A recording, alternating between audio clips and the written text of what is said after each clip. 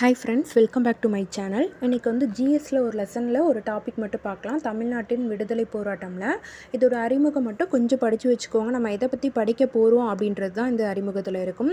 Next வந்து பார்த்திங்கன்னா, தமிழ்நாட்டில் தொடக்க கால தேசிய அதிர்வுகள். இந்த லெசன் வந்து நமக்கு 1852 ஸ்டார்ட் ஆகி 1947 வரைக்கும் போகும்.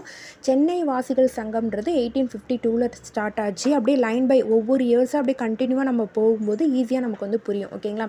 இப்போ சென்னை வாசிகள் சங்கம்ன்றது ஒரு அரசியல் கட்சி கிடையாது. இது February 26 கஜ்ஜலு, லக்ஷ்மி நரசு சீனிவாசன் இவர்களால் வந்து உருவாக்கப்பட்டது. வணிகர்கள் தான் அதிகமாக இருந்தாங்க. ஓகேங்களா?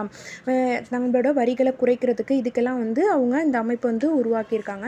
இன்னொன்று பார்த்திங்கன்னா, வருவாய்த்துறை அதிகாரிகளால் விவசாயிகள் சித்திரவதைப்படுத்தப்படுவதற்கு எதிராக அமைப்பு நடத்திய போராட்டம் தான் முக்கிய பங்காக இருந்துச்சு. சித்திரவதை ஆணையம் வந்து இதை வந்து நிறுவப்பட்டுச்சு. அடுத்து 1862க்கு பின்னாடி இது செயலிழந்து போயிடுச்சு. ஏன்னா அவங்க கஜ்ஜலு லக்ஷ்மி நரசுலாம் இவங்களாம் இறந்ததுனால அது வந்து செயலிழந்துருச்சு. இது கான்செப்ட் தனியாக, டேட்டா தனியாக ஒரு நோட்டில் எழுதிக்கிட்டிங்கன்னா ஈஸியாக இருக்கும். பார்த்திங்கன்னா, ஃபஸ்ட்டு டாபிக் வந்து நமக்கு 1852 தான். ஓகேங்களா? சென்னை வாசிகள் சங்கம் தான்.